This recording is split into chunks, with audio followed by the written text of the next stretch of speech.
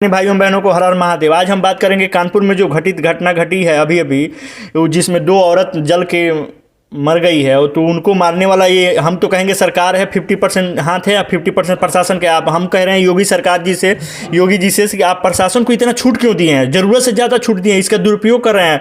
हर कोई प्रशासन जो है वो अधिकारी नहीं, ईमानदार नहीं है, उसका दुरुपयोग कर रहे हैं उस बल का, उसका छूट का जो दिए हैं आप। इसमें मारा गया, इसे बचाया जा सकता था, लेकिन आपके ऑर्डर के बाद भी आप बोले हैं कि नहीं, घर जब तक वांटित नहीं होगा तब तक इसको हटाया नहीं जाएगा, झोपड़ी पट्टी को। तो क्यों हटाया गया? आइए हम इस वीडियो में देखते हैं पूरा कि क्या मामला है इसमें। इतना बड़ा घटना घटाया और कोई इसमें जवाबदेही नहीं समझ रही है अधिकारी पे। काम उसे निलंबित करने से कुछ नहीं होगा, उस पर जबरदस्त कार्रवाई होना चाहिए, उस पर मुकदमा दायर होना चाहिए। सोमवार शाम पहुंचे अतिक्रमण विरोधी दस्ते की संवेदनहीनता का ये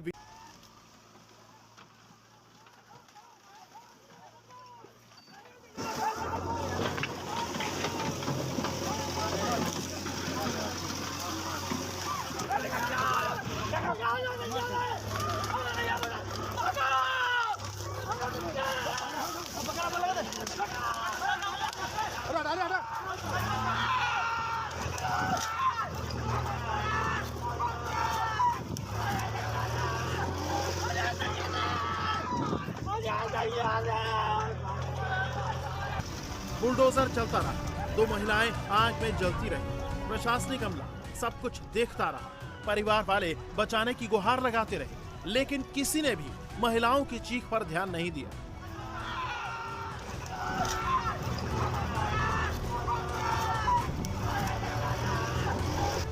पहले बुलडोजर पहुंचता है, फिर आग लगती है, और आज एक परिवार ना सिर्फ बेघर है बल्कि उस परिवार की महिला और उसकी 23 साल की बेटी अपने घर के साथ जलकर मर चुकी है। तो पति और बेटा घायल हैं, परिजनों का रो रो कर बुरा हाल है। लोग आए, एसडीएम तहसीलदार और ये अशोक दीक्षित, अनिल दीक्षित, पुतनिया दीक्षित, बड़े वो दीक्षित, मतलब काफी लोग आए। गेंदन की लड़का गेंदन आके बोले आग लगा दे, तो आग लगा दी। हम लोग अंदर तो जो है और बाकी तो निकल आए, हम लोग बड़ी मुश्किल निकल पाए। अच्छा, आप इतने जले हैं, आपको अभी तक प्रशासन कोई मदद नहीं मिली? कोई मदद नहीं, ये जलते हुए भाग गए लोग। आप किसको जिम्मेदार मानते हैं हत्या का? हम ये गौरव दीक्षित है, दिल्ली में वो ड्यूटी करता है आर्मी में, और ये जो है निक्कू। अच्छा, जिला प्रशासन क्यों आपका गिराना चाहता था? ये गौरव दीक्षित जो है ना, ये इनसे मिले लेखपाल से और ये एसओ से, ये मिल के जो है रुपया में दे के जो है गिरवा दी, मार जो है जबरदस्ती गिरवा दी। पीड़ित परिवार प्रशासन पर मिलीभगत का आरोप लगा रहा है, तो चश्मदीद भी लेखपाल को जिम्मेवार ठहरा रहे हैं। हम यहाँ पे जो है जानवर चरा रहे थे, यहाँ पे ये देखा कि लेखपाल की अपनी टीम आ रही थी और उसमें पुलिस भी थी और बुलडोजर भी था, वो आ रही थी यहाँ पे। अचानक इसमें जो है पहले तो नल में टक्कर मारी और फिर नल से टक्कर मार के और सीधे वहाँ पे जो है झोपड़ी में लेखपाल ने आग लगाई और फिर बुलडोजर ने तुरंत ही उसमें टक्कर मार दी, तुरंत ही टक्कर मार दी। तो उसमें जो है वो रखा था जनरेटर और उसका डीजल फैल गया, तो डीजल फैलने से और आग भभकने लगी, तो ना वो निकल पाई, ऐसे उनकी प्रकार में। आग किसने लगाई थी?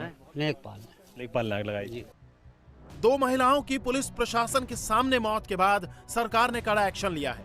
लेखपाल और जेसीबी ड्राइवर गिरफ्तार किए जा चुके हैं, एसडीएम और तहसीलदार सस्पेंड किए जा चुके हैं। साथ ही एसडीएम, 3 लेखपाल, 1 कानूनगो, रूरा थाना अध्यक्ष समेत करीब 15 पुलिसकर्मी, 4 ग्रामीणों समेत जेसीबी ड्राइवर पर हत्या और हत्या के प्रयास का मामला दर्ज किया गया है। वहीं मामले की जांच जारी है। घटना के बाद पुलिस और प्रशासन की टीम का ग्रामीणों ने कड़ा विरोध किया, अफसरों ने भागकर जान बचाई।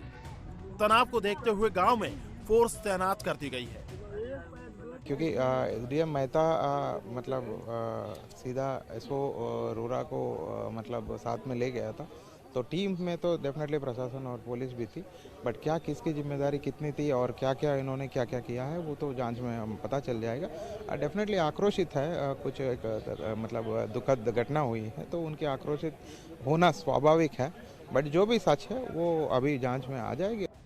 मंगलवार को अधिकारियों ने परिजनों को मनाने का प्रयास किया, लेकिन वो अपनी मांग पर अड़े रहे। पीड़ित परिवार वाले पहले तो डिप्टी सीएम या सीएम को बुलाने की मांग पर अड़े रहे, डेड बॉडी नहीं उठने दी। फिर डिप्टी सीएम ब्रजेश पाठक ने वीडियो कॉल पर पीड़ित परिवार से बात की और मामले में सख्त से सख्त कार्रवाई का भरोसा दिलाया। ये घटना बहुत दुखी करने वाली है। हम एकदम बहुत ही ज्यादा हम दुखी हैं। हम पूरी तरह से तुम्हारे साथ हैं। जो जिम्मेदार लोग हैं उन पर एफआईआर दर्ज हो गई है 302 की। हम कड़ी कार्रवाई करें, किसी को नहीं बख्शेंगे। तो हमारे परिवार के सदस्य हो, ये लड़ाई हमारी है। हम तुम्हारे साथ खड़े हैं, पूरी सरकार तुम्हारे साथ खड़ी है। ठीक, घबराना एकदम नहीं। और जो तुम्हारी मांगे हैं उन पर हम गंभीरता पूर्वक काम करेंगे और हर स्थिति में हम तुम्हारे साथ खड़े हैं। तो कड़ी से कड़ी कार्रवाई होगी। हम सख्त से सख्त सजा दिलाएंगे। जो भी दोषी हैं हम किसी को नहीं छोड़ेंगे। उनकी पुश्तें भी याद करेंगे, इतनी कड़ी कार्रवाई कराएंगे। डिप्टी सीएम से कार्रवाई के आश्वासन के बाद कमिश्नर राजशेखर ने परिवार से अकेले में बात की। तब जाकर पीड़ित परिवार शवों के अंतिम संस्कार के लिए राजी हो गया और फिर घटना के करीब 24 घंटे बाद फॉरेंसिक टीम ने शवों को पोस्टमार्टम के लिए भेज दिया। अब आज कानपुर बिठूर घाट पर अंतिम संस्कार किया जाएगा। माननीय डिप्टी सीएम साहब से वीडियो कॉल के माध्यम से वार्ता की है और पीड़ित परिवार ने अपनी सभी जो मांगे थी विस्तृत रूप से जो है वो डिप्टी सीएम साहब को उन्होंने मांगों को बताया है और उसके उपरांत जो है डिप्टी सीएम साहब ने ऐसे सभी मांगे जो स्थानीय स्तर पर पूर्ण की जा सकती है तो उनको तत्काल जो है स्थानीय स्तर पर पूर्ण करने के लिए प्रशासन को निर्देश दिए हैं और ऐसे सभी मांगे जो शासन स्तर पर निर्णय होनी है जिसमें कही ताकि वहाँ पर भी उसका परीक्षण करा के जो ज़्यादा से ज़्यादा परिवार को पीड़ित परिवार को मदद दी जा सकती है उसके लिए निर्णय लेने के लिए उन्होंने कहा है। जिस परिवार की 2 महिलाओं की जलकर मौत हुई है उनके घरों को कुछ दिन पहले भी प्रशासन ने डिमोलिश कर दिया था और जब वो लोग डीएम के पास गुहार लगाने गए तो उल्टे उन पर ही मुकदमा कर दिया गया। ऐसे में अब इस मामले में कानपुर देहात के डीएम पर भी सवाल खड़े हो रहे हैं।